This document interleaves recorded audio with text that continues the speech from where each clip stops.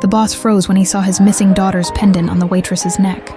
The wine glass slipped from Thomas Harrington's fingers like it was never meant to be held at all. The sound of crystal shattering against Italian marble cut through the elegant murmur of Villa Dorada like a gunshot. 50 of Chicago's wealthiest residents turned in their seats, forks frozen midair, conversations dying on their lips. But Thomas couldn't move, couldn't breathe, couldn't tear his eyes away from the young waitress approaching his table with a napkin in her hand. It wasn't her face. It wasn't her voice. It was the pendant, a small silver dolphin with an emerald embedded in its eye, dangling delicately against the tan skin of her neck. The same one he'd had custom-made in Santa Fe 20 years ago. The same one he'd given his daughter Emily on her 7th birthday, just 3 weeks before she vanished forever. "Are you all right, sir?" the waitress asked, her voice soft as she knelt to collect the shards of glass. Thomas's throat closed up, his gray eyes filled with tears he hadn't allowed himself to shed in years. The memories hit him like a freight train. Emily running through the garden at their farmhouse downstate.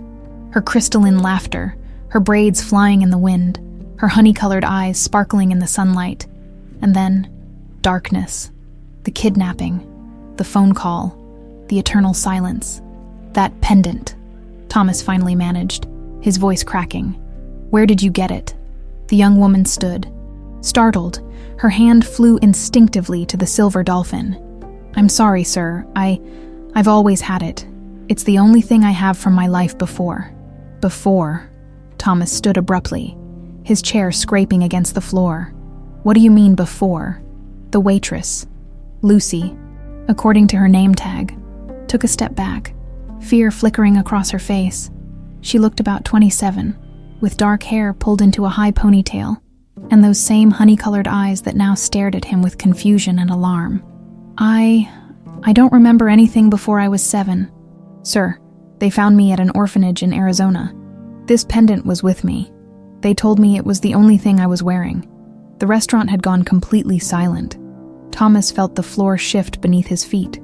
20 years. 20 years of searching, of hiring private investigators, of offering million-dollar rewards, of begging God for a sign. And now, on some random December night, fate had placed him face to face with a ghost from his past. But there was a problem. The girl who disappeared was named Emily Harrington. This young woman was Lucy Miller, and according to every investigator he'd ever hired, his daughter had been dead for a long time. Thomas Harrington had built a pharmaceutical empire from nothing. Harrington Biopharma was the 3rd largest company of its kind in the country. He had mansions, yachts, offshore accounts, but none of it had filled the void Emily left behind. His wife, Caroline, had died of grief 5 years after the kidnapping, consumed by depression and medication. Thomas had been left alone, surrounded by gold and silence. He remembered that night like it was yesterday. They'd been at the farmhouse in downstate Illinois, the one Caroline loved because of the marigold garden she'd planted herself. Emily had been playing by the stone fountain, singing one of those off-key lullabies Caroline taught her. Thomas had gone inside to take a business call, just 5 minutes, maybe 10. When he came back out, she was gone. The police found tire tracks. A witness reported seeing a black sedan speeding away. There was a ransom call, just one, demanding $2 million and threatening Emily's life if they contacted the authorities. Thomas had paid immediately. No questions asked. But Emily never came home. The money disappeared into a ghost account. The trail went cold. Caroline never recovered. She'd wake up screaming every night, convinced she heard Emily calling for her. The medication started as a way to sleep, then became a way to exist, and finally, a way to escape. When she overdosed 5 years later, Thomas couldn't even bring himself to be surprised. Part of him had died with her. Now he lived in a massive estate in Naperville, attended by staff who feared him but didn't know him. His only company was his younger sister, Patricia Harrington, who managed part of the business and lived in the east wing of the property. Patricia had always been cold, calculating, jealous of her brother's success. But Thomas had never imagined how deep that resentment ran.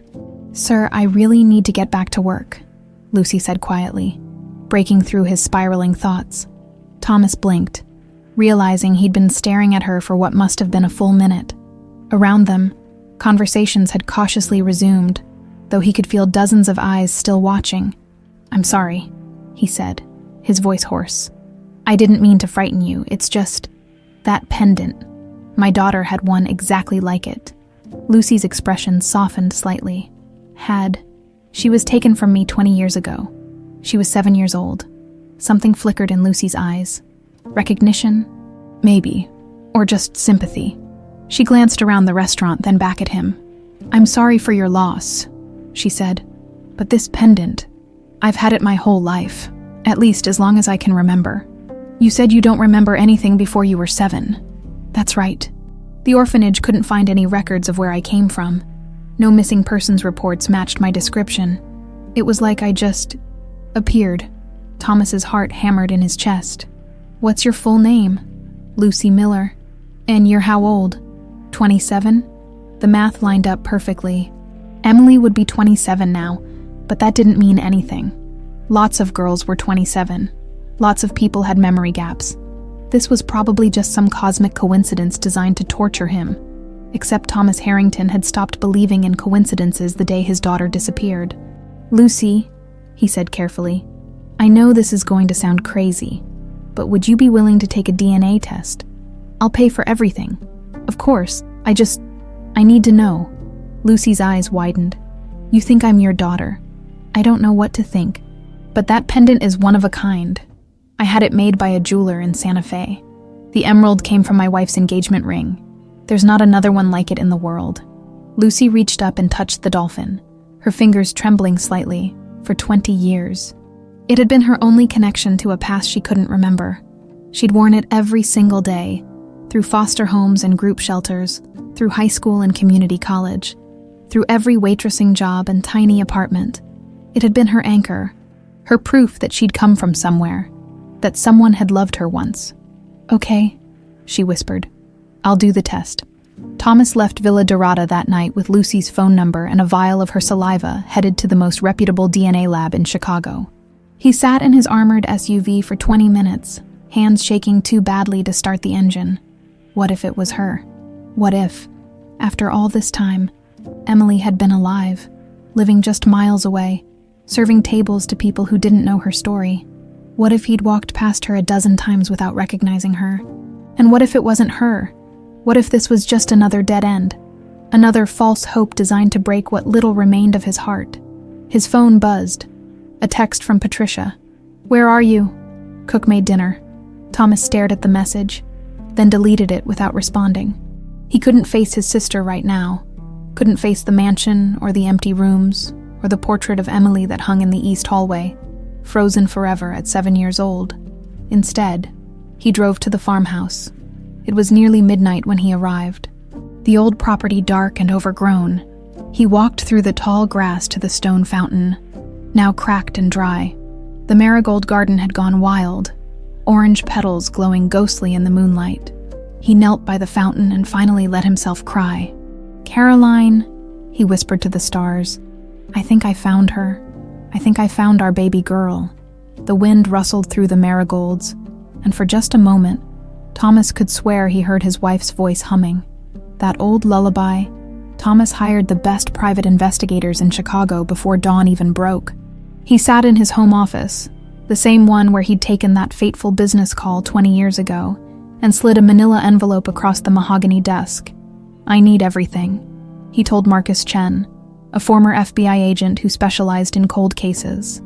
"Birth records, employment history, medical files, and I need it yesterday." Marcus examined the photo Thomas had taken of Lucy, discreetly from across the restaurant. "You think this is your daughter? I think that pendant around her neck is one of a kind. And I think 27 years ago, a baby girl was born who would be exactly her age today." "Mr. Harrington," Marcus said carefully, "I've worked your daughter's case before. You know I have, and I've seen a lot of families chase ghosts. Sometimes a pendant is just a pendant." "Then prove me wrong," Thomas said, his voice hard, "because I can't live with maybe anymore." After Marcus left, Thomas did something he hadn't done in 15 years. He opened the bottom drawer of his desk and pulled out Emily's case file, 3 thick binders documenting every lead, every false sighting, every crushing disappointment. He'd stopped looking at them after Caroline died. It hurt too much to see his daughter's face smiling up at him from missing person posters, to read witness statements that led nowhere, to trace the same dead ends over and over again. But now, with Lucy's honey-colored eyes fresh in his memory, he forced himself to look again. By the third day, Thomas had established a routine he knew was unhealthy but couldn't stop.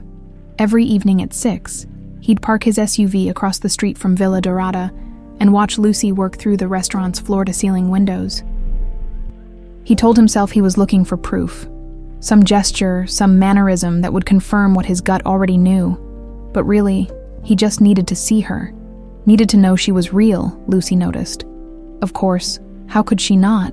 The same expensive SUV, the same man in the tailored suit, sitting there night after night like some kind of well-dressed stalker. It should have terrified her, should have sent her running to the police. But there was something in his eyes, a grief so profound it felt familiar. Like an echo of her own nameless loneliness, she'd spent her whole life feeling like a ghost, like she was watching the world through glass. Other people had parents, had baby pictures, had stories about their first words and first steps. Lucy had nothing but a silver dolphin and a void where her childhood should have been. The orphanage in Arizona had been kind enough, St. Catherine's Home for Children. She could still picture the adobe walls and the courtyard with its single struggling orange tree.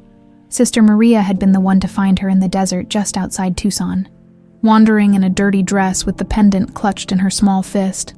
No shoes, no ID, no idea who she was. They'd kept her for 3 years, hoping someone would claim her. No one ever did. Then the Millers fostered her for a while, a sweet couple who treated her well but eventually moved to Florida without her. After that came a group home in Phoenix, then community college, then Chicago, where she'd been chasing something she couldn't name for the past 6 years.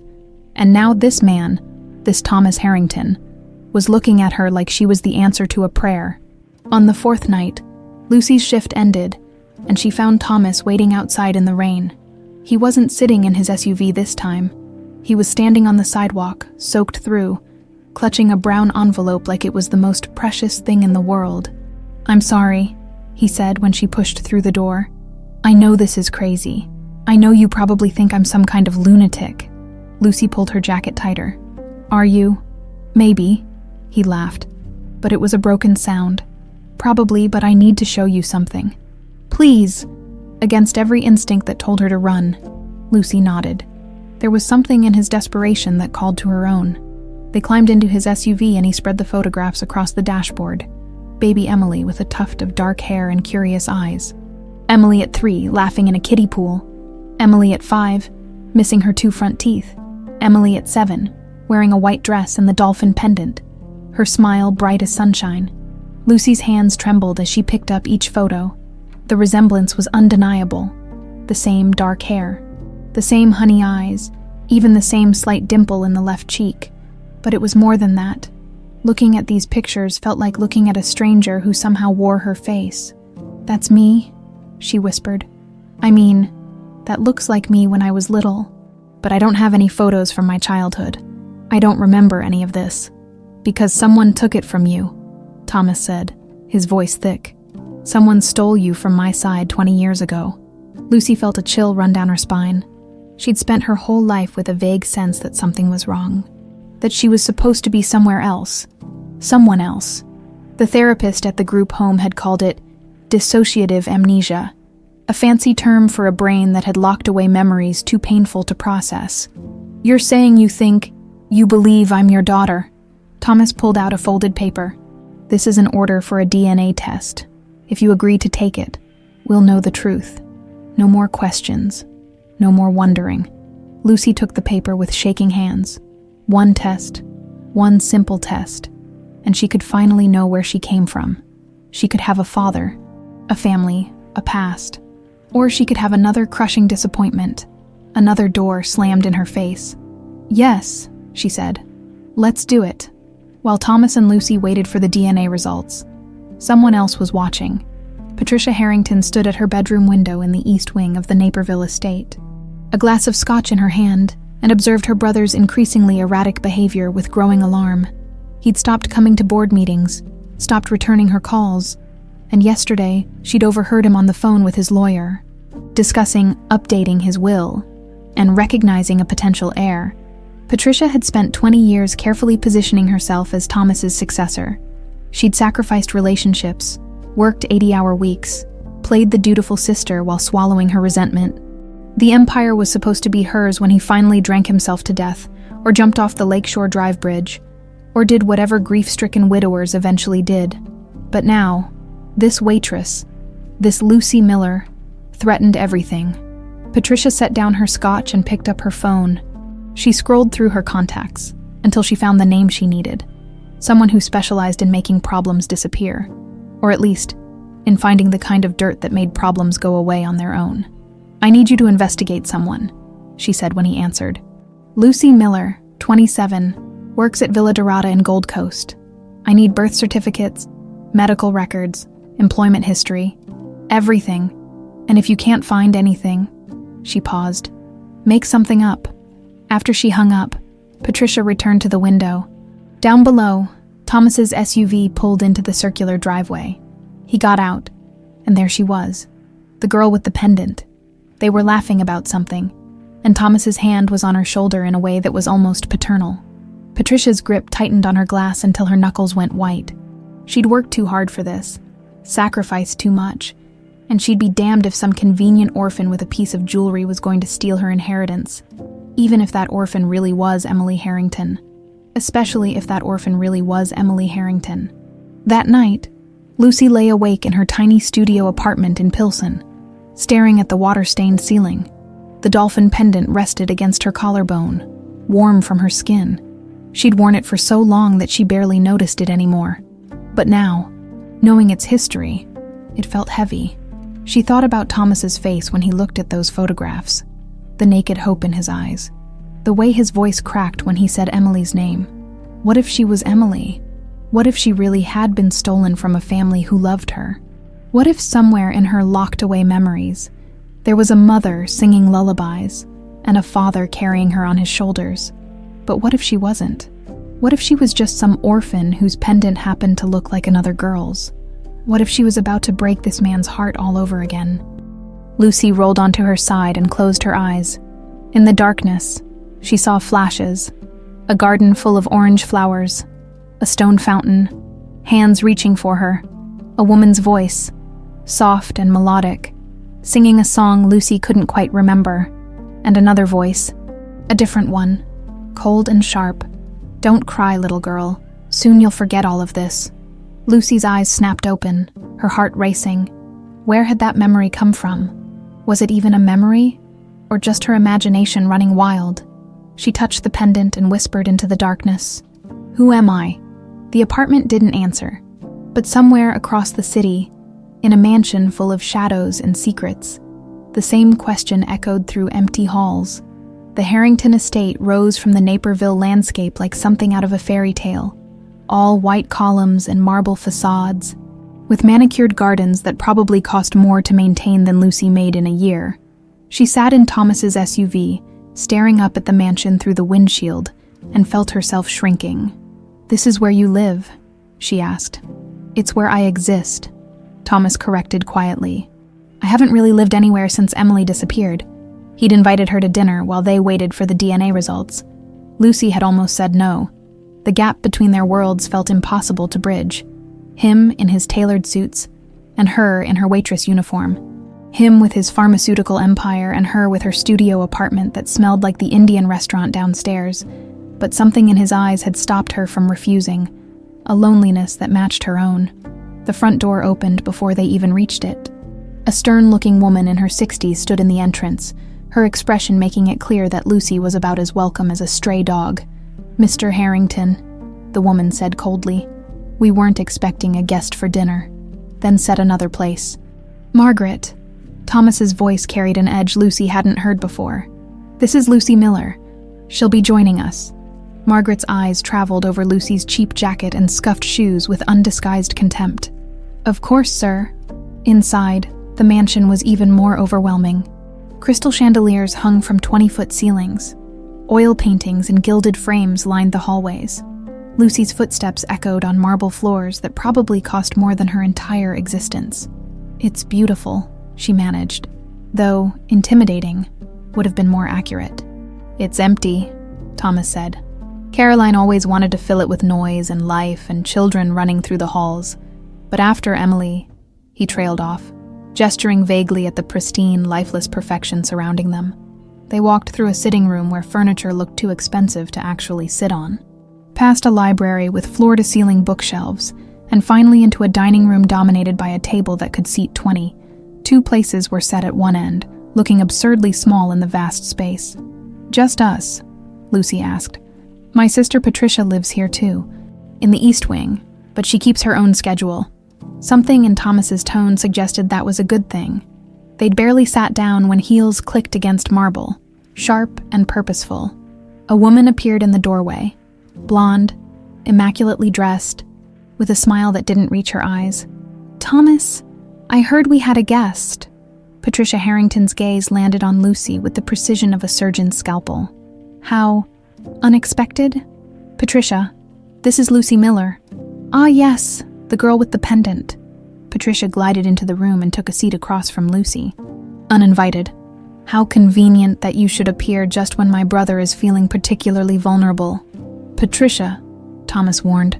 "What?" "I'm just stating facts. A waitress shows up wearing a piece of jewelry that looks like Emily's, and suddenly she's dining at the Harrington estate. Forgive me for being curious about her intentions." Lucy felt heat rise to her cheeks. "I didn't ask for any of this. Your brother approached me. Of course he did.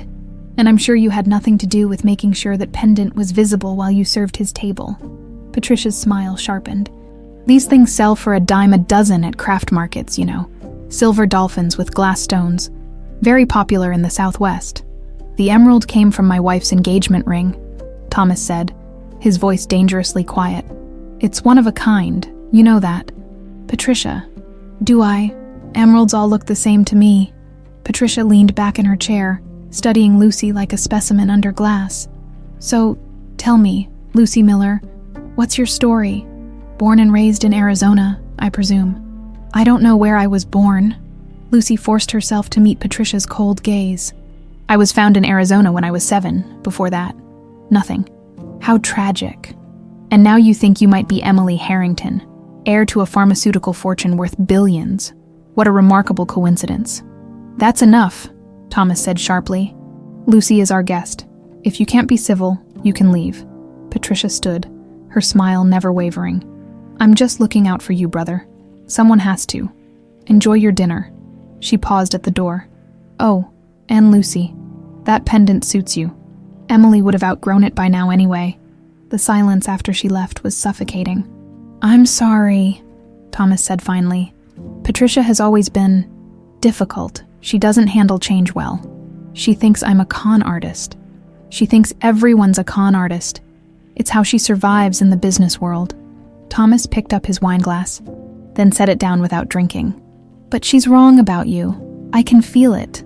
Lucy wanted to believe him, but Patricia's words had planted seeds of doubt. What if she was just an opportunist, consciously or not? What if her subconscious had seen Thomas at the restaurant and manufactured some fantasy about being his long-lost daughter? "Tell me about Emily," she said, desperate to change the subject. "What was she like?" Thomas's face softened. "She was light, pure light. Caroline used to say she was sunshine in human form. She loved dolphins, obsessed with them, actually. We took her to see them at Shed Aquarium for her 6th birthday. And she cried because we had to leave. That's why I had the pendant made." "What else did she love?" "Marigolds. Caroline planted an entire garden of them at our farmhouse downstate. Orange marigolds, hundreds of them. Emily would run through them for hours, making up songs about flowers and sunshine and..." His voice cracked. "And she had this laugh, this incredible, crystalline laugh that made everyone around her smile." Lucy felt something stir in her chest. Not quite a memory, more like the ghost of one. Orange petals against blue sky, the smell of earth and growing things. A woman's voice singing. Did her mother sing to her? The question came out before Lucy could stop it. Thomas looked at her sharply. All the time, Caroline had this lullaby she made up. Something about stars and dreams and... He paused. "Why do you ask?" "I don't know, sometimes I hear music in my dreams. A woman's voice. I can never remember the melody when I wake up. But it feels," Lucy struggled for the word, "safe. Like home." Thomas reached across the table and took her hand. His eyes were wet. "Caroline used to say that love leaves an imprint, that even if we forget everything else, we remember how it felt to be loved." Dinner arrived. Some elaborate dish Lucy couldn't identify, but neither of them had much appetite. Instead, Thomas talked. He told her about Emily's first day of school, how she'd insisted on wearing her dolphin pendant and had told everyone it was made of magic emeralds. He described the farmhouse, the stone fountain where Emily would play, the way Caroline would garden while Emily sang her made-up songs. And with each story, Lucy felt something shifting inside her, fragments that didn't quite fit together, but hummed with a strange recognition. A fountain, orange flowers, a voice singing, sunshine and laughter, and a feeling of absolute safety. "I keep having these flashes," she admitted. "I thought they were just dreams, but now I'm not sure. There's this garden, and water, and..." She hesitated. "And sometimes there's another voice, a woman's voice, but not the singing one. This one is cold. It says, 'Don't cry, little girl. Soon you'll forget all of this.'" Thomas went very still. "When do you hear this voice?" "In nightmares, mostly. They started a few years ago. I'm in a car, and it's dark, and someone's holding me. And this voice keeps saying that over and over. 'You'll forget. You'll forget.'" "Lucy, that's..." Thomas stood abruptly, knocking over his water glass. "That could be a memory, a real memory from the night you were taken. Or it could just be my brain making up stories because I want so badly to have a past. The DNA test will tell us the truth. We just have to wait." But Lucy could see the hope blazing in his eyes, and it terrified her. What if the test came back negative? What if she wasn't Emily? She'd break this man's heart, and he'd spent 20 years with it already shattered. They walked through the mansion after dinner, Thomas showing her rooms he clearly never used. Emily's bedroom had been preserved exactly as she'd left it. A shrine to a 7-year-old girl frozen in time, stuffed dolphins lined the shelves, a child's drawings covered one wall. The bed was made with princess sheets that no one would ever sleep in again. Lucy stood in the doorway, unable to cross the threshold. It felt like trespassing on holy ground. "I haven't changed anything," Thomas said quietly. "Caroline used to come in here every day and read to the empty room. She'd pretend Emily was still here." "Still listening." The doctor said it was unhealthy, but I understood. Sometimes delusion is kinder than reality. Lucy finally stepped inside. She touched the stuffed dolphins, the small desk, the bookshelf filled with picture books, and then she saw it, a drawing tacked to the wall. A child's crude but enthusiastic rendering of a fountain surrounded by orange flowers, with 2 stick figures holding hands. "Me and Mommy in the garden," the caption read in wobbly letters. Lucy's vision blurred, her chest tightened. She reached out and touched the drawing, and suddenly she was 7 years old again, sitting at this very desk, clutching a crayon. Tongue stuck out in concentration as she tried to capture the best day ever on paper. "I drew this," she whispered. "I remember drawing this." Thomas was beside her in an instant. "Lucy, the crayon was orange, my favorite color, and I couldn't get Mommy's hair right, so I just made it big and curly like the flowers, and you..." Her voice broke. "You came in and told me it was beautiful, even though I'd drawn your head too big." She turned to Thomas, tears streaming down her face. "How do I know that? How could I possibly know that?" He pulled her into his arms, and Lucy collapsed against him, sobbing for reasons she couldn't name. 20 years of loneliness and confusion, and feeling like she didn't belong anywhere came pouring out. And somewhere in the East Wing, Patricia Harrington listened to the sound of crying and poured herself another drink. The envelope arrived on a Tuesday morning, delivered by courier to the Harrington estate. Thomas held it in his hands for a full 5 minutes before he could bring himself to open it. 20 years of searching, of false hopes and crushing disappointments, had led to this single piece of paper. Lucy sat across from him in his study, her hands clasped so tightly in her lap that her knuckles had gone white. She'd taken the bus from Pilsen, too nervous to let Thomas send a car. The past week had been surreal. Dinner at the mansion, the memory of the drawing, the feeling that her entire life was about to change one way or another. "Whatever it says," she told him. I want you to know that meeting you has meant something to me. Even if... Don't. Thomas's voice was rough. Don't say goodbye before we even know. He called his lawyer, Richard Morrison, who'd been with him since the beginning. Richard arrived within the hour, along with Patricia, who'd insisted on being present. She swept into the study in a cream-colored suit, her expression carefully neutral. Well, Patricia said, settling into a chair by the window. I suppose we're about to solve the mystery. Thomas ignored her. His hands trembled as he broke the seal on the envelope. The paper crinkled too loudly in the silent room. Lucy watched his face, trying to read his expression as his eyes scanned the document. His lips parted, his eyes filled with tears. And then, with a voice so choked with emotion that Lucy barely recognized it, he read aloud, Probability of paternity, 99.9%. Based on the genetic markers analyzed, Thomas Harrington cannot be excluded as the biological father of Lucy Miller. The room seemed to tilt. Lucy heard a rushing sound in her ears, like ocean waves or wind through trees, or the sound of her entire world rearranging itself. She opened her mouth, but no words came out. You're my daughter, Thomas whispered, looking up at her with tears streaming down his face. Lucy, you're Emily. You're my Emily. He stood and crossed the room in 3 strides, pulling her into his arms.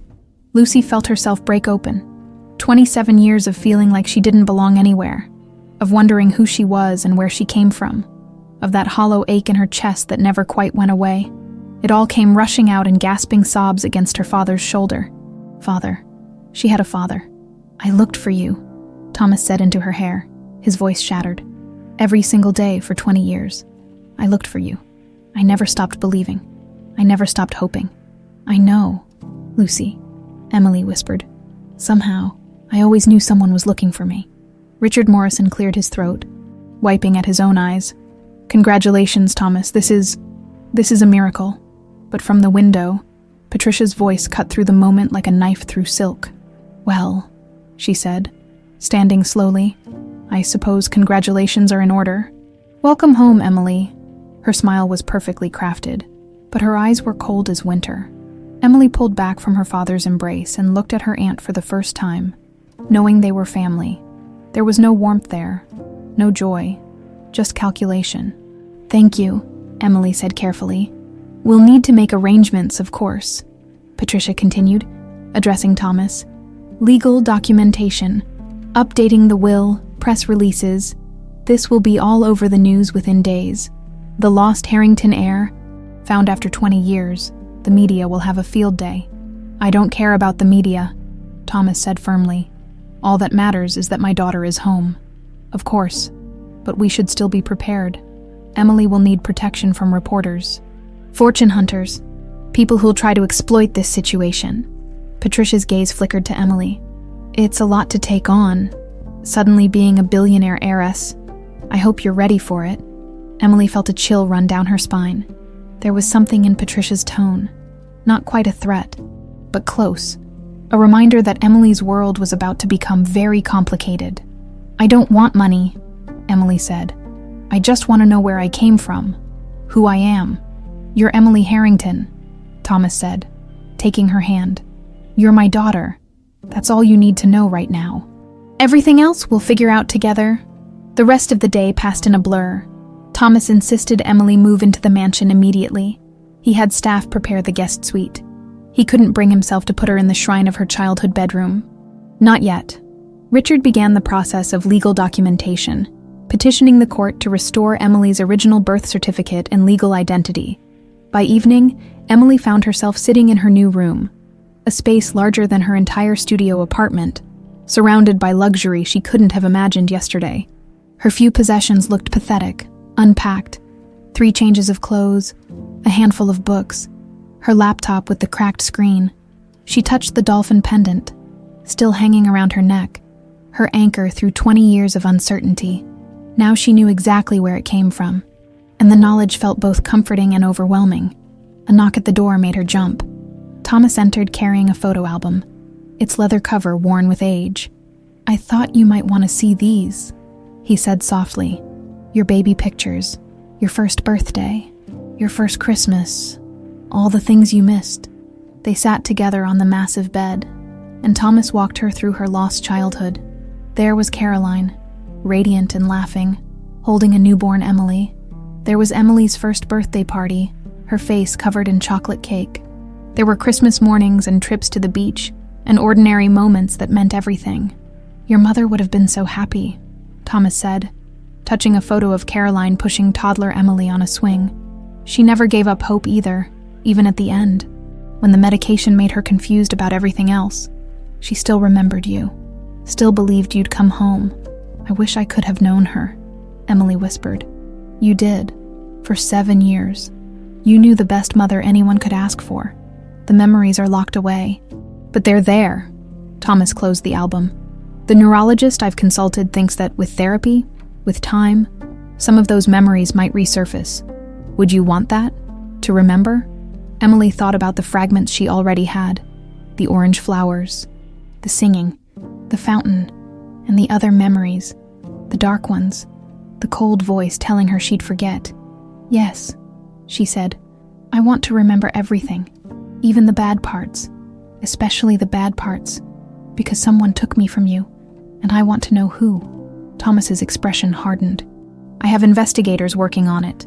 The Pendant, your placement at the Arizona orphanage. There's a trail there somewhere. And when I find who did this," he stopped, taking a breath. "When I find them, they'll pay for every moment they stole from us." That night, Emily couldn't sleep. She wandered the halls of the mansion, trying to reconcile her memories of cramped apartments and group homes with this palatial estate that was apparently her birthright. She found herself in the library, drawn to the floor-to-ceiling windows that overlooked the grounds. "Trouble sleeping?" Emily spun to find Patricia standing in the doorway, a glass of amber liquid in her hand. "Just adjusting," Emily said carefully. Patricia entered the room, her heels silent on the Persian rug. "It's quite an adjustment, I imagine. From serving tables to being served, from poverty to wealth, must feel like a dream, more like someone else's life. But it is your life now. The DNA doesn't lie." Patricia took a sip of her drink. "Thomas will want to give you everything. He'll drown you in guilt-driven generosity. It's his way of apologizing for losing you in the first place. He didn't lose me. Someone took me. Semantics." Patricia moved to the window, standing beside Emily. "I want you to know, I hold no ill will toward you. What happened to you was tragic, but I've spent 20 years helping Thomas hold this company together while he grieved. I've sacrificed my own life for the Harrington legacy. I just hope you'll remember that when you're making decisions about the future." Emily looked at her aunt's reflection in the dark glass. "What kind of decisions?" "Thomas will want to make you his heir, president of Harrington Biopharma. He'll probably write me out of the will entirely." Patricia's smile was brittle. "I'm just asking that you remember who was here for him when you weren't. I was 7 years old. I didn't choose to leave."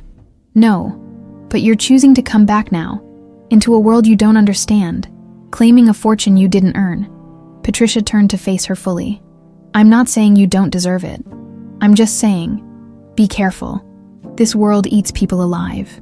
She left Emily standing at the window, her words hanging in the air like poison. Emily touched the glass, looking out at the grounds where somewhere, years ago, a little girl named Emily Harrington had played. That girl was her. She was that girl. But between then and now lay 20 years of stolen life, and someone had to be responsible. Someone had torn a 7-year-old child from her family and left her in a desert to forget who she was. And as Emily stared at her reflection, neither fully Lucy Miller nor fully Emily Harrington yet, she made a silent promise. She would remember everything. She would find out who did this, and they would answer for it. 3 days after the DNA results, Patricia struck. Emily was having breakfast in the sunroom when Thomas's assistant knocked on the door, her face pale. "Mr. Harrington needs you in his study, immediately!" Emily found her father standing at his desk, staring at a yellow folder like it contained a bomb. Patricia sat in the corner, her expression one of carefully crafted concern. Richard Morrison stood by the window, looking deeply uncomfortable. "Emily," Thomas said without looking up, "Patricia found something about your past." "What kind of something?" Patricia stood, smoothing her skirt. "I hope you understand. I only did this to protect my brother after the DNA results." I thought it prudent to do some additional research, just to make sure we had the complete picture. Emily's stomach dropped. What did you find? Patricia slid the folder across the desk. A birth certificate, registered in Arizona, 27 years ago. Parents listed as Martha Miller and Daniel Miller, both deceased in a car accident 15 years ago. Emily opened the folder with trembling hands. There it was, official-looking, complete with state seal and registration number, Lucy Miller, born March 15th, 1998, to Martha and Daniel Miller in Tucson, Arizona. I don't understand, Emily whispered. The DNA test is accurate, Richard interjected quickly. Emily, this doesn't change the fact that you're Thomas's daughter. Then how does this exist? Emily held up the birth certificate. How can I be Emily Harrington and Lucy Miller? Forgery, Thomas said, his voice tight. Someone created a false identity for you. Or, Patricia said softly, there's another explanation. Perhaps the DNA test was tampered with. Perhaps someone very clever manufactured this entire situation. Thomas's head snapped up. What are you suggesting? I'm not suggesting anything. I'm just saying we should consider all possibilities. Patricia's tone was reasonable, almost kind. Emily, or Lucy, or whoever you are, you seem like a lovely person, but you have to admit this is all very convenient. You appear at exactly the right moment, with exactly the right pendant, saying exactly what my brother desperately wants to hear. I didn't make up the DNA test, Emily said, her voice shaking. I didn't forge the results. No, but someone could have. Labs can be bribed. Tests can be manipulated. Patricia turned to Thomas. Brother, I know you want this to be true. I know you've been waiting 20 years for this moment. But what if someone is taking advantage of your grief? What if this is an elaborate con? Emily saw doubt flicker across Thomas's face, and something inside her shattered.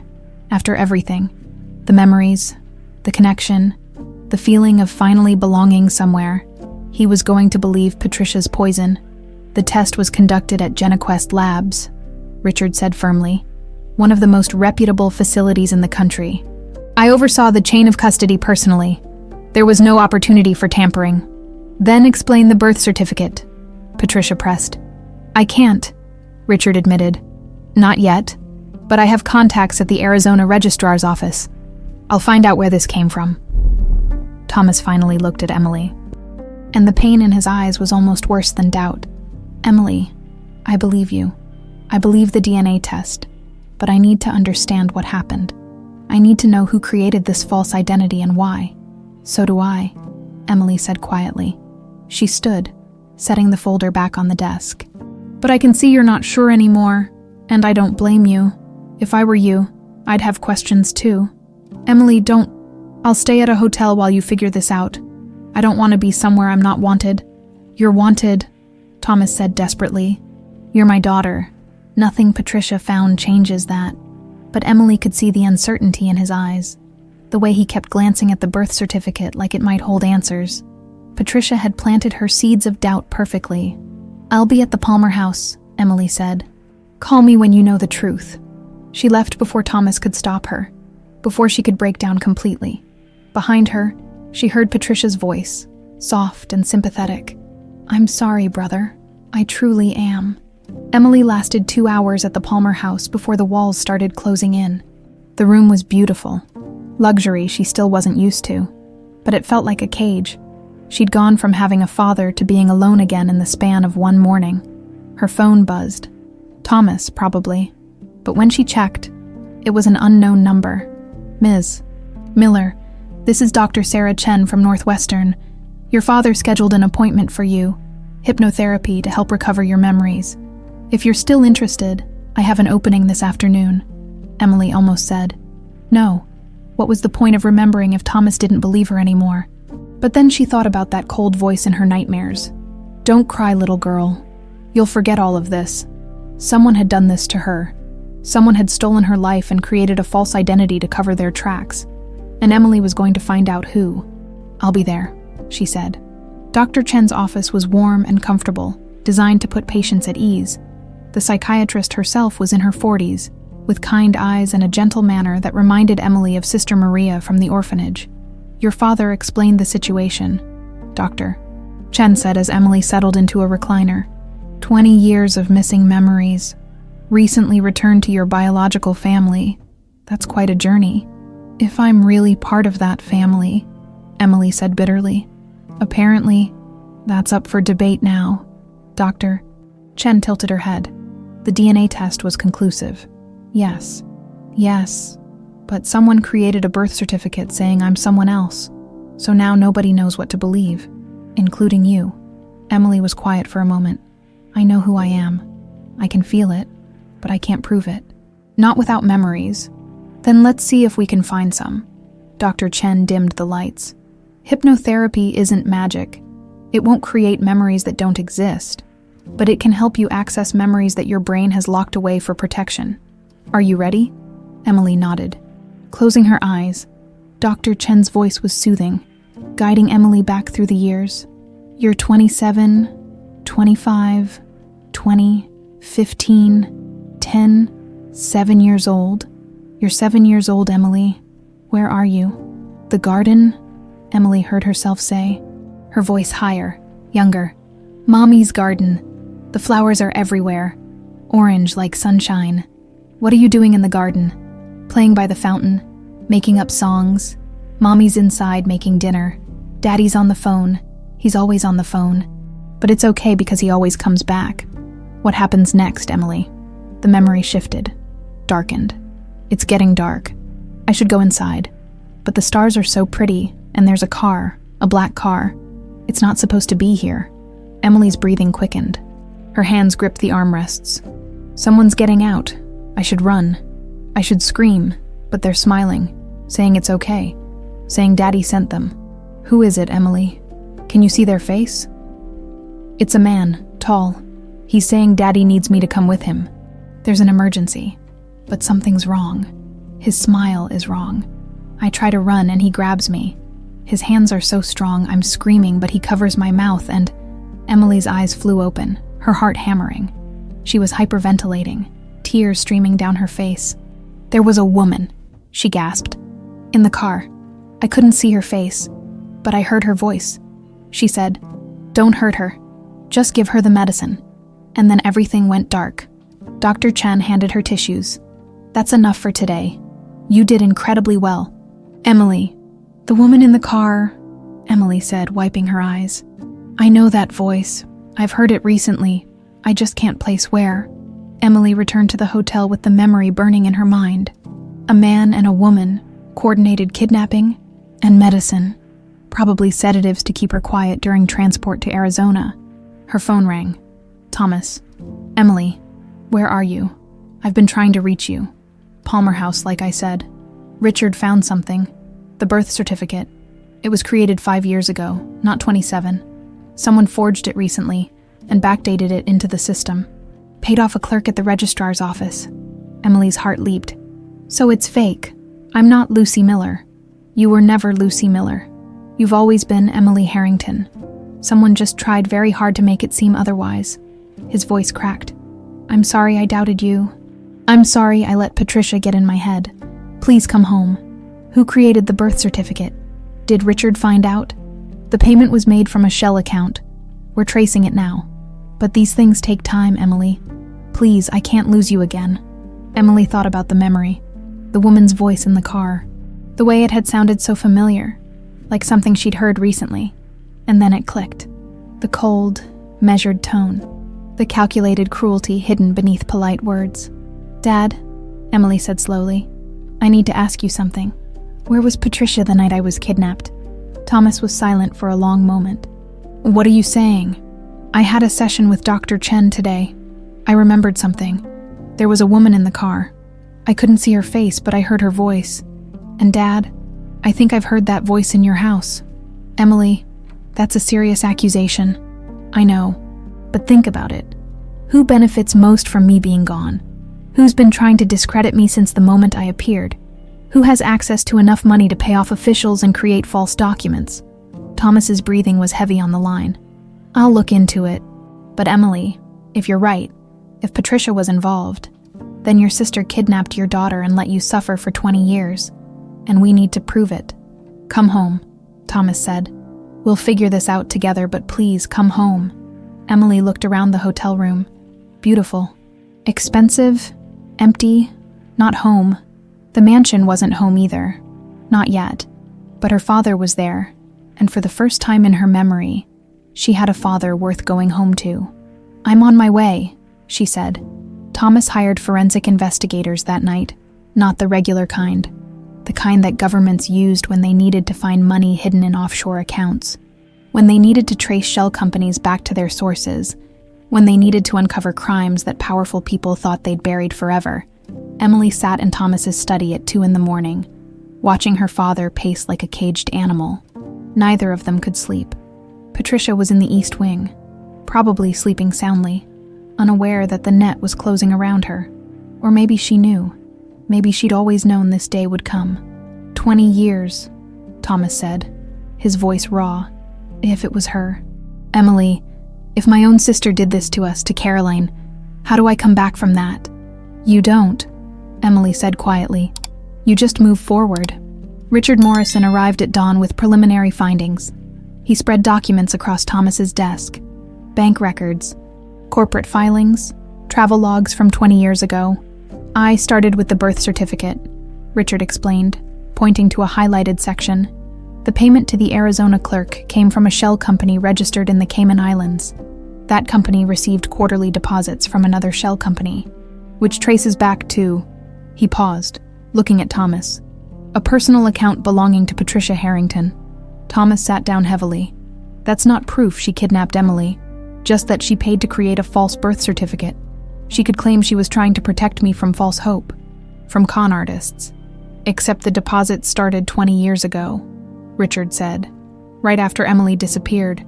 Why would Patricia be funneling money to the Caymans in 1998 unless she was paying someone off? Who? Emily asked. Who was she paying? That's what we need to find out. Richard pulled out another document. I also looked at Patricia's travel records.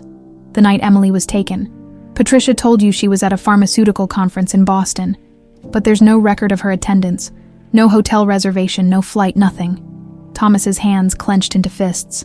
Where was she? According to credit card records, she was in Chicago, at a hotel near O'Hare. She checked in at 9 p.m. and checked out the next morning. Emily felt ice in her veins. The night I was taken was around 8:30. She could have been there. But we need more than circumstantial evidence, Richard cautioned. We need someone who can place her at the scene. We need the man who actually took Emily. Thomas stood abruptly. Then we find him. Emily remembered a man. Tall, probably in his 30s back then. Patricia would have needed someone she trusted.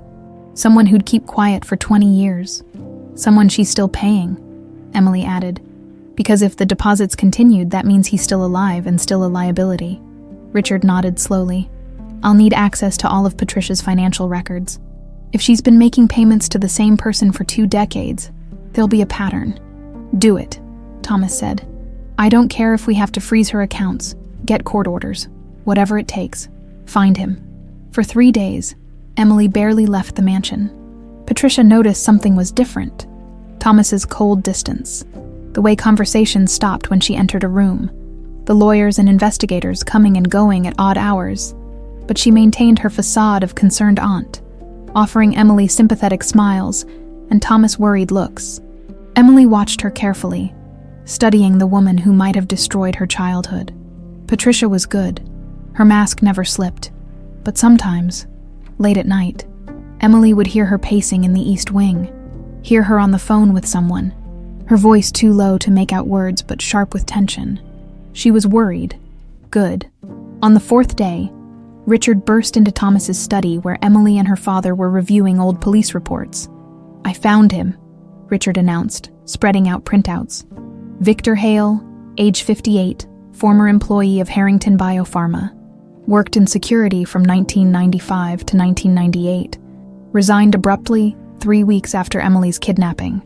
Thomas grabbed the papers. A photo stared back. A man with hard eyes and a military bearing. I remember him. He was head of security at our pharmaceutical plant in Indiana. He left the country immediately after resigning, Richard continued. Moved to Mexico, and for the past 20 years, He's been receiving monthly payments of $10,000 from one of Patricia's shell companies. $2.4 million, Emily calculated. That's a hell of a retirement package.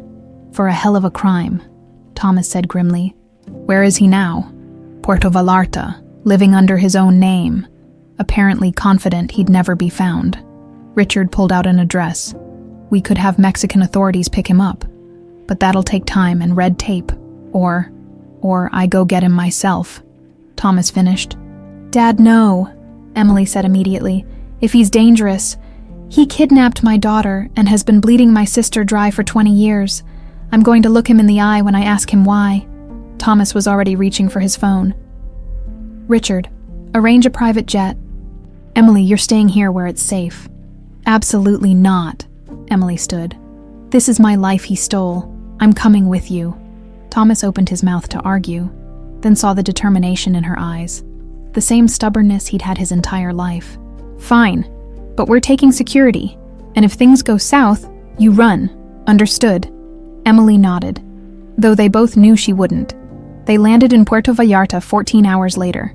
The contrast from Chicago's winter to Mexico's tropical heat was jarring. Thomas had hired local security, 2 former federales who knew how to handle delicate situations. Victor Hale lived in a modest villa on the outskirts of the city. Nothing flashy enough to draw attention. Smart, Emily thought. He'd taken Patricia's money and lived quietly, avoiding suspicion. Until now, Thomas knocked on the door. One of the security guards stood to the side, hand near his concealed weapon. Emily waited behind her father, her heart hammering.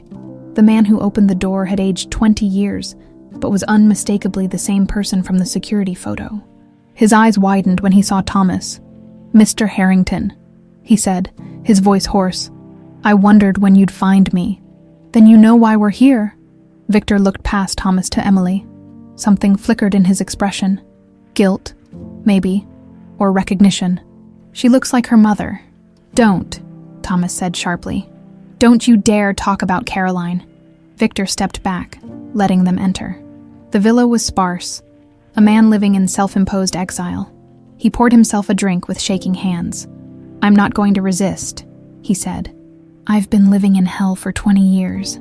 Maybe prison will be better. You're going to tell us everything, Thomas said. Who hired you? Why? What happened that night? All of it. Victor downed his drink and nodded. It was Patricia. She approached me 6 months before it happened. Said she needed a problem solved. Said her brother was making foolish decisions about the company's future, about his will. Said the only way to secure the Harrington legacy was to remove his daughter from the equation. Emily felt sick. She wanted me dead. No. Victor looked at her directly. I told her I wouldn't kill a child. She said that was fine. She just needed you gone. Somewhere you'd never be found. Somewhere you'd forget who you were. She'd researched places, orphanages in remote areas, facilities that didn't ask too many questions. So you took her to Arizona, Thomas said, his voice deadly calm. I watched the house for weeks, learned the patterns.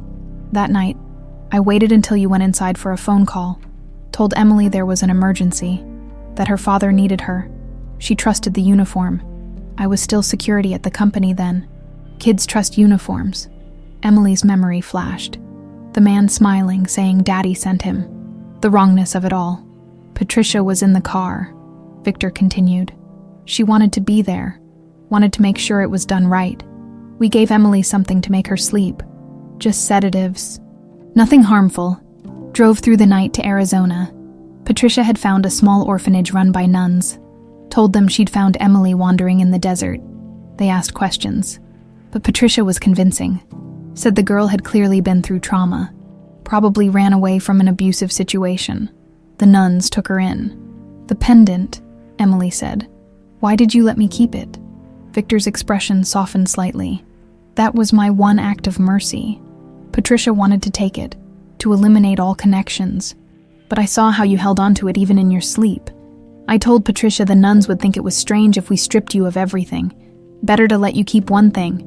They'd assume it was a gift from whoever abandoned you. You took $2 million to destroy a family, Thomas said. 2.4, Victor corrected bitterly. And every dollar has been poison. I see that little girl in my dreams every night, hear her crying for her daddy. I tell myself I saved her life, that Patricia would have found someone else, someone who might have been crueler. But I know what I am. I'm a monster who sold his soul for money. One of the security guards stepped forward with handcuffs. Victor didn't resist as they secured his wrists. I'll testify, he said to Thomas. Against Patricia. I'll tell them everything. It won't undo what I did, but maybe it'll give you justice. Justice would be watching you suffer the way my wife suffered, Thomas said. The way I suffered, but I'll settle for watching you rot in prison. As they led Victor to the car, Emily stood on the villa's terrace, looking out at the ocean, somewhere out there. Patricia was probably packing, preparing to run, but she had nowhere to go. The evidence was overwhelming. The confession was recorded. It was over. Thomas joined her at the railing. Are you okay? Emily thought about the question. Was she okay? She'd just learned that her own aunt had orchestrated her kidnapping, had paid a man to steal her from her family, had let them suffer for 20 years without a shred of remorse. No, Emily said honestly, but I will be. Thomas pulled her close. We both will. They flew back to Chicago that night with Victor Hale in custody, ready to face Patricia and end this nightmare once and for all. The Harrington mansion felt different when they returned from Mexico. Thomas had called ahead, instructing staff to prepare the formal dining room for dinner, 7 places set at the long table, though only 4 would be occupied. The empty chairs were for the ghosts. Caroline, the Emily that should have been, and the sister Thomas thought he knew. Patricia was waiting in the sitting room when they arrived, a glass of wine in her hand. She looked relaxed, almost bored, but Emily noticed the tension in her shoulders, the way her eyes darted to the door when they entered. You're back, Patricia said, her smile not quite reaching her eyes. How was Mexico? I didn't realize you were taking a vacation. It wasn't a vacation, Thomas said coldly. It was a fact-finding mission. Oh, find anything interesting. Thomas walked to the bar and poured himself a scotch. His movements deliberate. Emily stood by the doorway, blocking Patricia's exit. The security guards Richard had hired were stationed outside, disguised as additional house staff. Victor Hale, Thomas said finally, turning to face his sister. Remember him. Patricia's expression didn't change, but Emily saw her grip tighten on the wine glass. The name sounds familiar. Former employee. Head of security at our Indiana plant. Resigned 20 years ago, right after Emily was kidnapped. Funny timing, don't you think? I suppose people leave jobs all the time. Not usually to move to Mexico on a very generous monthly allowance. Thomas took a step closer. $2.4 million over 20 years, Patricia. That's quite a severance package for someone who quit. Patricia set down her wine glass carefully. I have no idea what you're talking about. Really, because we have bank records, shell companies traced back to your personal accounts, payments to Victor Hale dating back to 1998.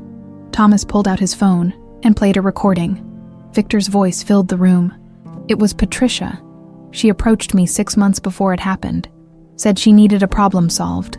Patricia's face went white, then red. That's fabricated. You can't possibly believe. We also have travel records, Emily interjected. You said you were in Boston the night I was taken, but you were in Chicago, at a hotel near O'Hare. I changed my plans. That's not a crime. No, but kidnapping is. Thomas's voice was ice. Victor confessed everything, Patricia. How you planned it, how you paid him, how you were in the car when he took Emily, how you left her at that orphanage and told yourself it was for the good of the family. Patricia stood abruptly. You have no proof, just the word of a criminal trying to save himself. Any lawyer will tear that apart in court. That's why we made sure to get it all on record, Richard Morrison said, entering the room with 2 plainclothes police officers. Detective Sarah Chen, Detective Marcus Rodriguez, Chicago PD. They've been listening to everything. Patricia's mask finally cracked. Her carefully constructed composure shattered, revealing the fury underneath. You set me up. You invited me to dinner to trap me.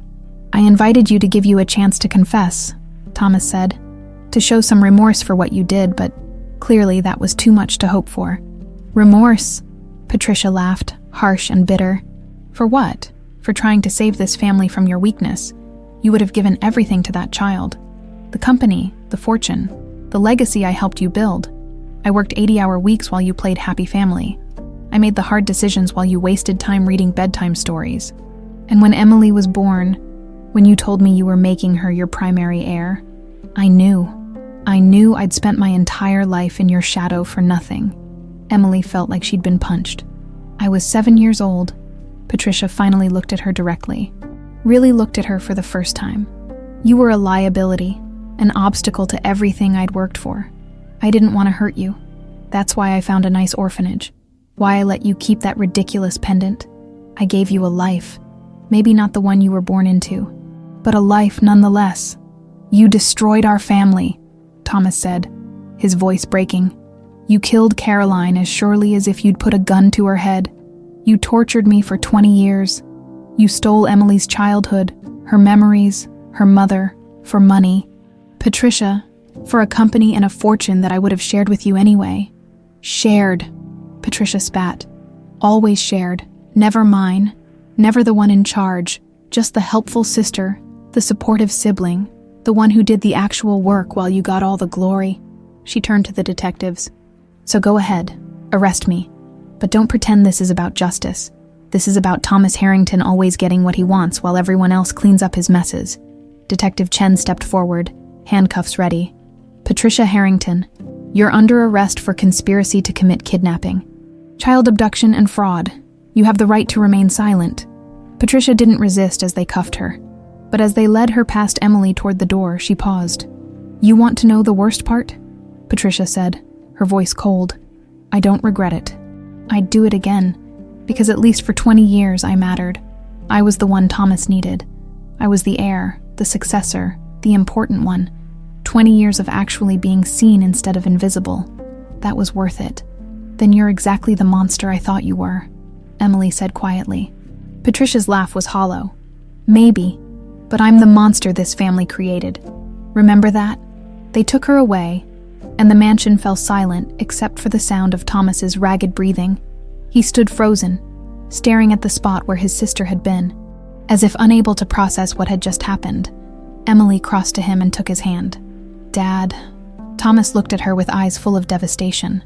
She's my sister, my baby sister. I used to protect her from bullies in school. I gave her a job when she needed one. I trusted her with my business, my home, my life, and she... I know, Emily said softly. I know. How do I forgive this? How do I live with knowing that someone I loved was capable of such cruelty? Emily didn't have an answer. She just held his hand while her father cried for the sister he'd lost. Not to arrest, but to a darkness he'd never seen coming. The media descended within hours. By morning, the story was everywhere. Pharmaceutical heiress arrested for kidnapping own niece.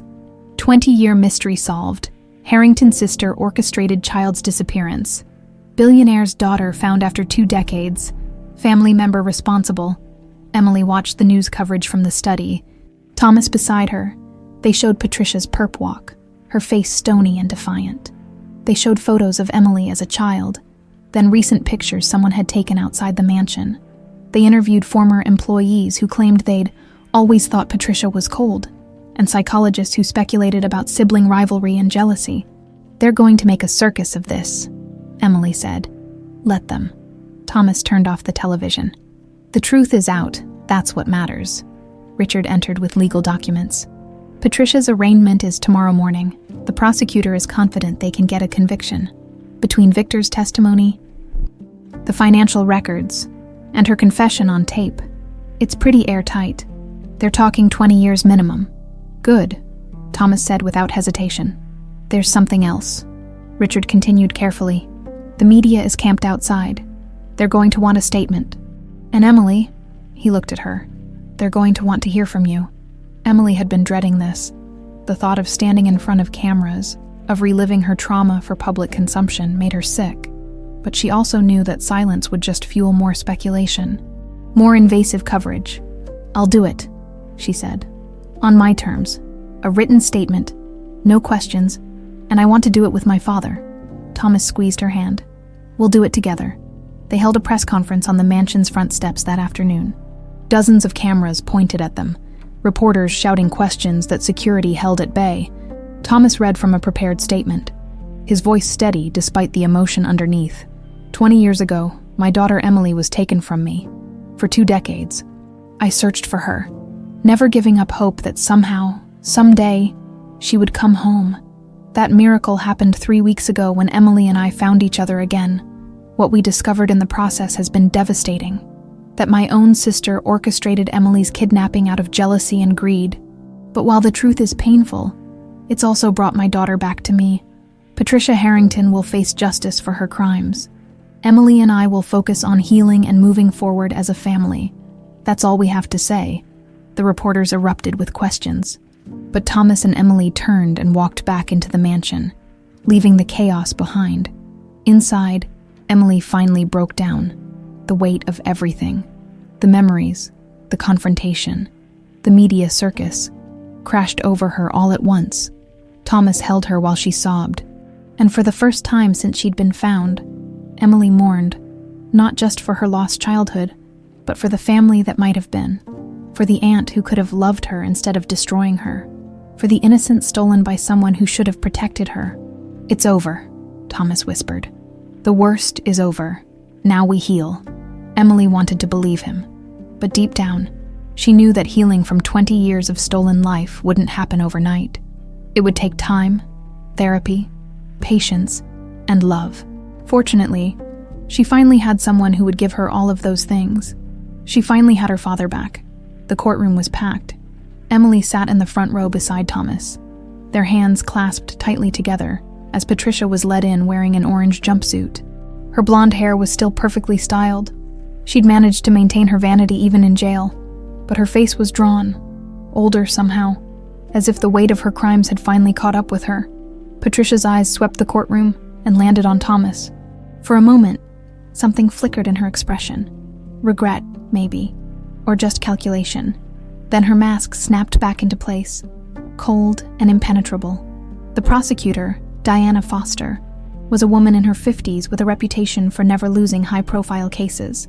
She'd spent the past 2 weeks building an ironclad prosecution, and now she stood before the jury with the confidence of someone holding all the cards. "Ladies and gentlemen of the jury," Diana began, "this is a case about jealousy, greed, and the ultimate betrayal. Patricia Harrington didn't just commit a crime.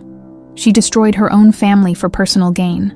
Over the next hour, Diana laid out the evidence methodically. Bank records showing payments to Victor Hale. Travel receipts placing Patricia in Chicago the night of the kidnapping. The forged birth certificate, backdated to cover Patricia's tracks. And most damning of all, Victor Hale's testimony. Victor took the stand looking like a man who'd aged a decade in 2 weeks. His voice was steady as he recounted the night he'd kidnapped Emily. But his hands shook when Diana asked him to identify who had hired him. "Her," Victor said, pointing at Patricia. "Patricia Harrington. She approached me 6 months before it happened, offered me $2 million to make her niece disappear." "Did she specify how you should make Emily disappear?" Diana asked. "She said she didn't care about the details, as long as the girl ended up somewhere she'd never be found, somewhere she'd forget who she was. She researched orphanages in remote areas, gave me a list of possibilities, said she wanted Emily to have a decent life, just not the one she was born into. And on the night of the kidnapping, was Patricia present? Yes, she was in the car, wanted to make sure everything went according to plan. When Emily started crying for her father, Patricia was the one who told me to give her the sedative. She said," Victor's voice cracked. "She said, 'Don't cry, little girl. Soon you'll forget all of this.'" Emily felt ice flood her veins, that voice from her nightmares. It had been Patricia all along, her own aunt, telling her to forget her family while they drove her away to a life of loneliness and uncertainty. Thomas's grip on her hand tightened, his knuckles white. Patricia's defense attorney, Marcus Webb, tried to poke holes in Victor's testimony during cross-examination. "Isn't it true, Mr. Hale, that you're testifying in exchange for a reduced sentence?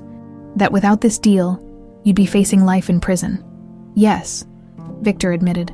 "So you have every incentive to lie, to say whatever the prosecution wants you to say."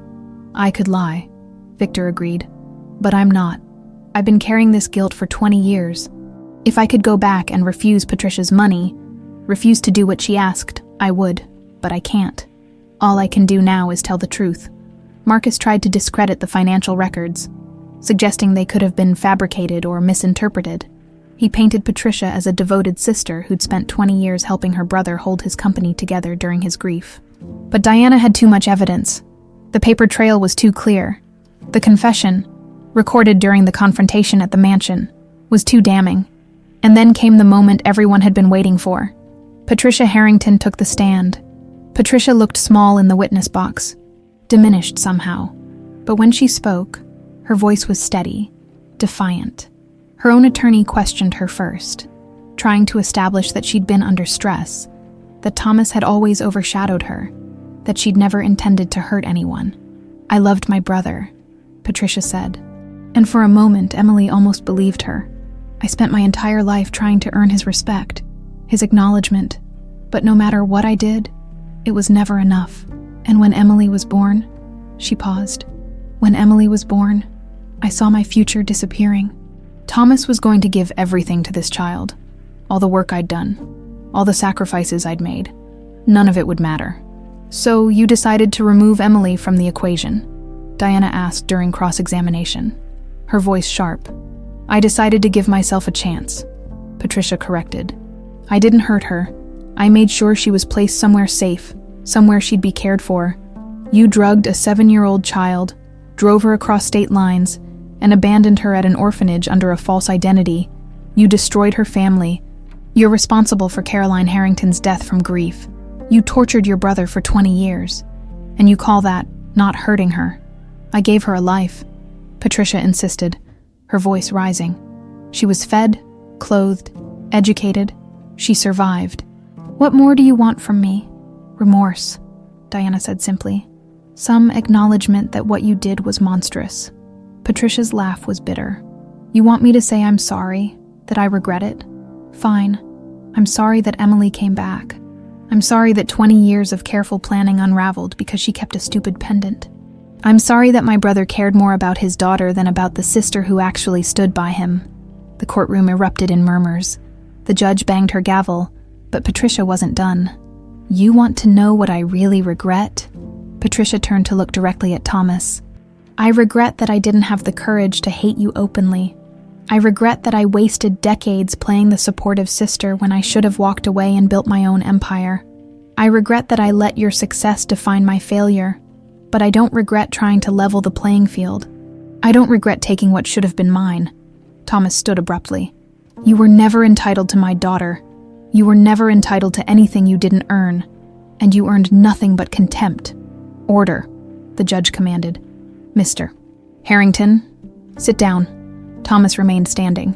"Do you have any idea what you took from us? Emily grew up thinking she was unwanted, that nobody loved her. Caroline died thinking she'd failed to protect our daughter. I spent 20 years in a hell of my own making, replaying that night over and over, wondering what I could have done differently. And you slept soundly in my home, ate at my table, took my money, all while knowing exactly where Emily was, all while knowing you were the one who destroyed us. You destroyed yourself," Patricia shot back. "You chose to grieve. You chose to wallow. I gave you 20 years to move on, to rebuild, to focus on the company, but you couldn't let go. You couldn't accept that Emily was gone. That weakness is on you, not me." Emily couldn't stay silent anymore. She stood, her voice cutting through the chaos. "I remember you now, all of it. I remember your voice in the car, telling me to stop crying. I remember you looking at me with disgust, like I was something dirty you needed to dispose of. I was 7 years old, and you looked at me like I was your enemy. What kind of person does that to a child?" Patricia met her gaze without flinching. "A person who's tired of being invisible. A person who's tired of watching everyone else get what they want while she gets the leftovers. You want me to feel guilty? To break down and beg forgiveness? It's not going to happen. Because the only thing I feel is anger that I failed, that you came back and ruined everything." The judge banged her gavel repeatedly. "That's enough. Everyone sit down. Now." But the damage was done. Patricia had sealed her own fate with her poisonous confession. The jury didn't even need to deliberate long. 3 hours later, they returned with a verdict: guilty on all counts. The sentencing hearing was held a week later. Emily sat through victim impact statements from people who'd known Caroline, from former employees who'd watched Thomas suffer, from advocates for missing children who spoke about the broader impact of Patricia's crimes. When it was Emily's turn to speak, she walked to the front of the courtroom on trembling legs. Patricia sat at the defense table, her expression blank, as if she were watching a play that didn't concern her. "I don't remember my 7th birthday party," Emily began, her voice quiet but steady. "I don't remember my mother teaching me to read, or my father teaching me to swim, or any of the 1,000 small moments that make up a childhood. Those memories were stolen from me by someone who should have protected me, someone who should have loved me. Instead, Patricia Harrington looked at me and saw an obstacle, a problem to be eliminated. She took away my family, my identity, my past. She gave me 20 years of loneliness, of wondering who I was and where I belonged, 20 years of feeling like a ghost." Emily looked directly at Patricia. "But she didn't take everything. She didn't take my resilience, my ability to survive, and she didn't take my father's love. That pendant she let me keep. That one act of mercy she's so proud of. It led me home. So in the end, Patricia, you failed. You lost, and now you're going to spend the next 20 years learning what it feels like to be invisible, to be forgotten, to be nothing." Patricia's mask finally cracked. Tears ran down her face, but Emily couldn't tell if they were from remorse or rage. The judge sentenced Patricia Harrington to 25 years in prison without possibility of parole. As they led her away in handcuffs, Patricia looked back one last time. "I hope you're happy," she said to Thomas. "You finally have your precious Emily back. I hope she's worth it." "She always was," Thomas replied. And then Patricia was gone, disappearing through the courtroom doors into the prison system that would be her home for the next quarter century. Emily leaned against her father, exhausted but relieved. It was finally over. The truth was out. Justice had been served. Now, at last, they could begin to heal. 3 months after Patricia's sentencing, Emily sat in Dr. Chen's office for what had become her weekly ritual. The therapy sessions had evolved from recovering memories to processing trauma, and today's session was proving particularly difficult. "I keep having this dream," Emily said, staring at her hands. "I'm 7 years old, standing in the garden with the marigolds. My mother is calling me inside for dinner, but I can't move. I'm frozen, watching a black car pull up, and I know what's about to happen, but I can't run. I can't scream. I just stand there. That's a common manifestation of trauma," Dr. Chen said gently. "Your brain is processing the helplessness you felt that night. But Emily, you're not that 7-year-old girl anymore. You survived. You found your way home." "Did I, though?"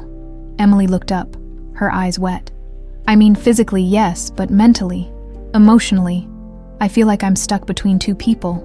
Lucy Miller, who learned to survive on her own, and Emily Harrington, who I'm supposed to be but can't quite remember being. You're both," Dr. Chen said. "Lucy's resilience got you through 20 years of uncertainty. Emily's love brought you home. You don't have to choose between them. You get to be both." Emily wiped her eyes. "My father doesn't understand why I'm not happier. He's given me everything. The mansion, the money, the Harrington name. But sometimes I miss my studio apartment in Pilsen. I miss the simplicity of just being a waitress." "Is that crazy? It's human. You've had an enormous life change in a very short time. It's okay to grieve the life you had, even if it wasn't the one you were supposed to have." The media storm had finally started to die down, but it had left scars. Emily couldn't go anywhere without being recognized. The Harrington heiress, the tabloids called her. The girl who came back. Strangers felt entitled to her story, to her trauma, to details of her life that should have been private. Thomas had tried to shield her, hiring security and threatening lawsuits against particularly invasive reporters, but the damage was done. Emily's face was everywhere, her story dissected and analyzed by people who'd never met her. The worst part was the conspiracy theorists. Despite the conviction, despite the overwhelming evidence, there were still people online who claimed the whole thing was staged, that Emily was an imposter, that Patricia was innocent, that Thomas had orchestrated everything for publicity or insurance money or some other convoluted reason. "Ignore them," Thomas advised when Emily showed him the latest forum thread. "People will believe what they want to believe. But it's exhausting," Emily said. "Having to defend my own existence, having strangers debate whether I'm really your daughter." Thomas took her hands. "You know who you are. I know who you are. That's all that matters." But was it? Emily wasn't sure anymore. The Harrington Biopharma Board meeting was Emily's first official appearance as her father's heir. Thomas had insisted she attend, to start learning the business. To take her rightful place in the company, Emily had agreed, though she had no idea what she was doing. The boardroom was exactly what she'd expected. Mahogany furniture, floor-to-ceiling windows overlooking Chicago, men in expensive suits who looked at her with barely concealed skepticism. "Gentlemen," Thomas began, "I'd like to formally introduce my daughter, Emily Harrington. She'll be joining the company as Vice President of Strategic Development." A murmur ran through the room. Emily recognized several faces from the news coverage. These were the people who'd worked alongside Patricia, who'd probably heard her poison over the years. "With all due respect, Mr. Harrington," an older man said, "Ms. Harrington has no business experience, no education in pharmaceutical development, no background in corporate management. Wouldn't it be premature to give her such a significant role?" "Emily is my daughter and my heir," Thomas said firmly. "She'll learn what she needs to learn, and she brings something none of you have, a fresh perspective unclouded by years of corporate politics." Emily appreciated her father's defense, but she could see the resentment in their eyes. They saw her as Patricia had, an obstacle, an undeserving interloper who'd stumbled into wealth and power. The meeting dragged on for 3 hours. Emily tried to follow the discussions about clinical trials, FDA approvals, and market projections, but it was like listening to a foreign language. By the time it ended, she had a pounding headache and a growing certainty that she didn't belong here. "You did great," Thomas said as they walked back to his office. "I didn't say a single word. Observation is a valuable skill. You'll find your voice when you're ready." But Emily wondered if she'd ever be ready. This world of billion-dollar deals and corporate maneuvering felt as foreign to her as the mansion had that first night. Thomas had kept one surprise from Emily: the farmhouse. He'd been secretly restoring it, wanting to reveal it when the time was right. 3 months after the trial seemed right, they drove downstate on a Saturday morning, the early spring landscape a blur of green and possibility. Emily hadn't been back since that night when Thomas had knelt by the fountain and cried. She wasn't sure she wanted to go back, but when they pulled up to the property, Emily gasped. The overgrown wilderness had been transformed. The house had been repainted, the garden restored, and there, in the center of it all, was the stone fountain, no longer cracked and dry but flowing with clear water. "I thought we could make this a retreat," Thomas said. "Somewhere to get away from the mansion, from the media, from everything. Somewhere you could remember your mother." Emily walked slowly toward the fountain, her heart in her throat. The marigolds were in bloom, orange petals glowing in the sunlight exactly as they had in her fragmented memories. She touched the cool stone, and suddenly she was there, 7 years old, laughing, with her mother's voice calling her name. And then, like a dam breaking, the memory came flooding back. Not in fragments this time, but complete and whole and devastating. She saw herself, small and happy, running through these very flowers. She saw her father sitting on the porch with his laptop, looking up to smile at her. She saw her mother kneeling in the garden, dirt on her hands, singing that lullaby Emily had heard in dreams for 20 years. "Close your eyes, my darling. Let the stars shine bright. Mama's here beside you through the longest night. Dream of dolphins dancing. Dream of flowers tall. Mama's love will hold you. Never let you fall." Emily's knees buckled. She sank to the ground beside the fountain, tears streaming down her face. But these weren't tears of grief. They were tears of homecoming, she remembered. She finally, fully remembered being loved. Thomas was beside her instantly. "Emily, what's wrong?" "Nothing's wrong," she sobbed. "I remember, Dad. I remember Mom singing to me. I remember you teaching me to count the flowers. I remember being happy here. I remember being loved." Thomas pulled her into his arms. and they cried together in the garden Caroline had planted, surrounded by the flowers she'd loved, beside the fountain where Emily had played. The past and present merged, and for the first time since coming home, Emily felt whole. They spent the day at the farmhouse. Thomas showed her the work he'd done. Emily's bedroom restored exactly as it had been. Photos hung on the walls. Caroline's piano brought down from storage and placed in the living room. "I thought we could come here on weekends," Thomas said. "Build new memories while honoring the old ones."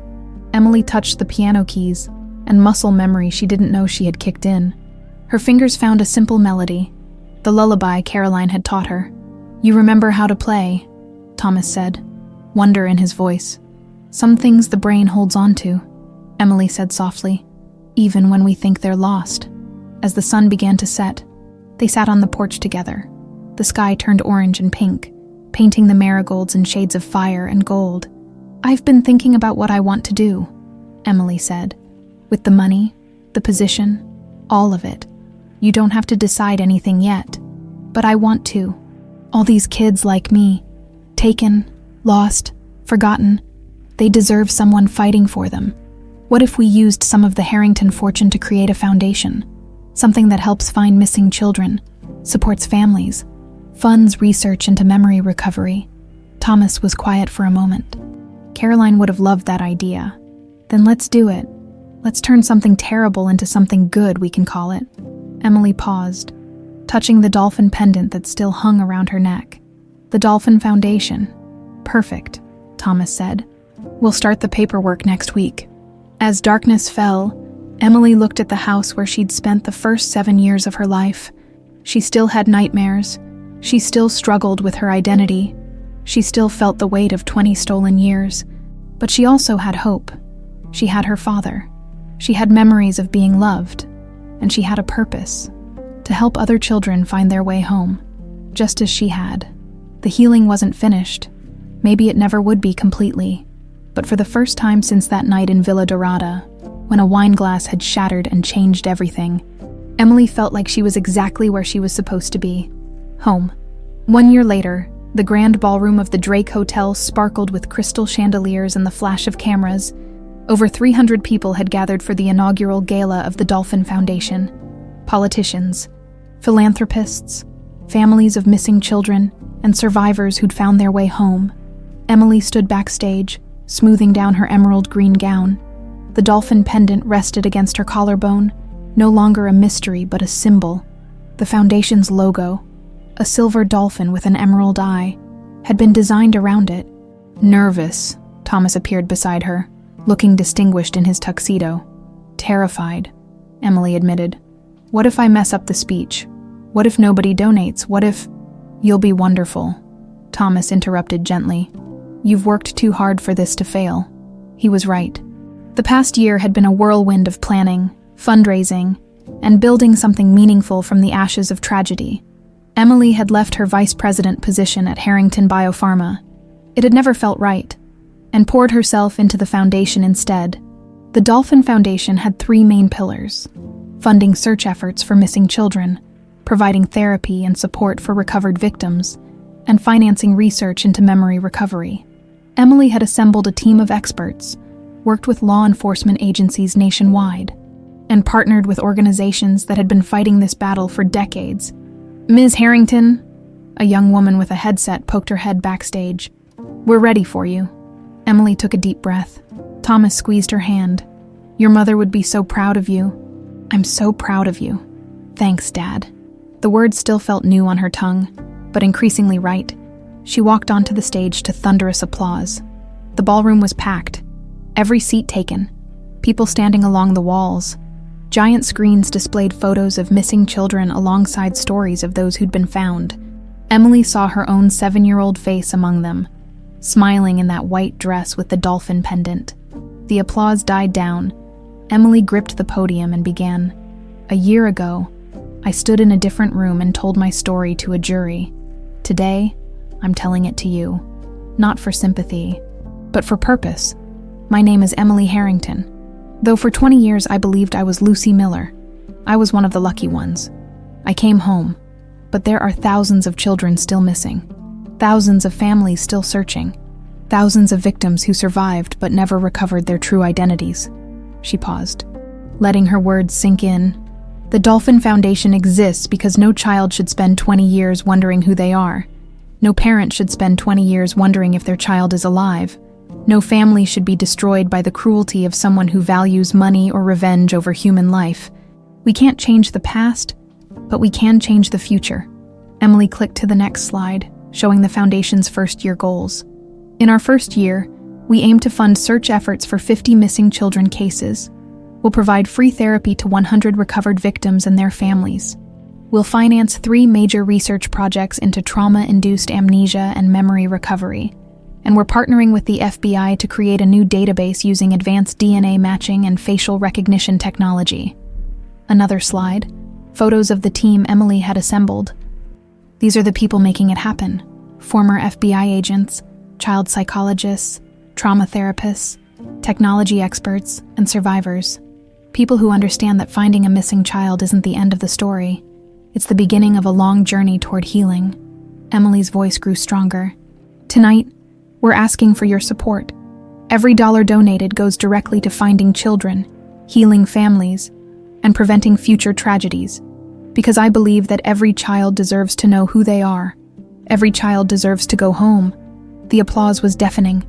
Emily stepped away from the podium as the video began. Testimonials from families whose children had been found, from survivors who'd rebuilt their lives, from law enforcement officers who'd dedicated careers to this cause, and then, a surprise Emily hadn't planned, Thomas walked onto the stage. "I'd like to say a few words," he said, his voice carrying across the ballroom. 20 years ago, I lost everything. My daughter was taken. My wife died of grief, and I became a ghost haunting my own life. I built an empire, but it meant nothing without family.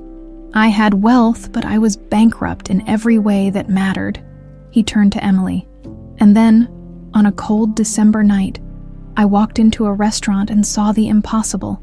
I saw Hope wearing a silver dolphin pendant. I saw my daughter grown into a woman, resilient, compassionate, stronger than I ever was. She came back to me, but more importantly, she came back to herself. Thomas's voice cracked. The Dolphin Foundation is Emily's gift to the world, but Emily is the world's gift to me.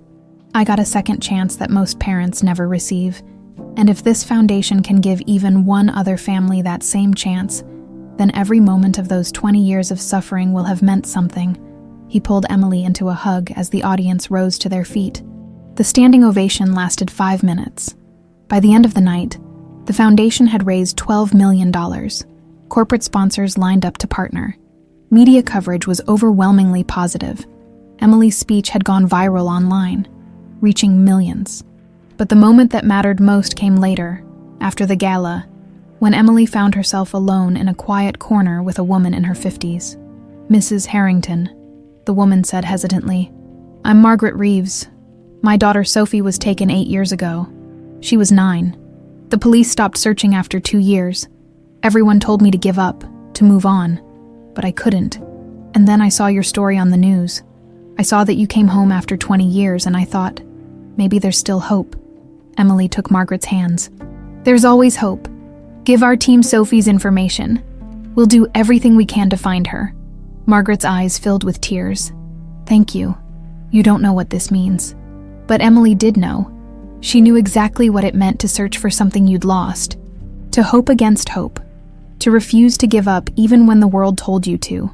3 months later, the Dolphin Foundation helped locate its first missing child. 14-year-old Sophie Reeves was found living under a false identity in Oregon, placed there by her non-custodial father during a bitter divorce. The reunion between Sophie and Margaret was broadcast on national news, and donations to the foundation tripled overnight. By the end of the first year, they'd helped find 7 missing children, and had 50 more active cases in progress. The therapy programs had served over 200 families. The research initiatives had yielded breakthroughs in understanding how trauma affects memory formation. Emily threw herself into the work, with a passion she'd never felt before. This was her purpose, taking the worst thing that had ever happened to her, and transforming it into hope for others. 2 years after that night at Villa Dorada, Emily and Thomas returned to the farmhouse for Thanksgiving. They'd made it a tradition. Holidays spent at the place where Emily's story had both ended and begun. The house was warm with the smell of turkey and pumpkin pie. The marigold garden, dormant for winter, would bloom again in spring. The fountain had been winterized but still stood proud, a monument to survival. After dinner, they walked to the garden together, wrapped in coats against the November chill. "Do you ever regret it?" Emily asked. "If you could go back and change what happened, would you?" Thomas was quiet for a long moment. "I'd give anything to have those 20 years with you, to spare you the pain, to save your mother, to stop Patricia before she destroyed everything. But I look at who you've become, the strength you have, the compassion, the purpose, and I wonder if you'd be this person if life had been easy." "That's not really an answer," Emily said with a small smile. "The answer is, I'd change the past in a heartbeat, but I wouldn't trade the present for anything." "Does that make sense?" "Perfect sense." They stood in silence, watching the sun set over the fields. The sky turned orange and pink, painting the world in shades of hope. "I've been thinking," Emily said, "about writing a book, my story, but also the stories of everyone the foundation has helped, to show people that recovery is possible, that families can heal, that lost things can be found." "Your mother was a writer," Thomas said. "Did I ever tell you that? She kept journals, wrote poetry.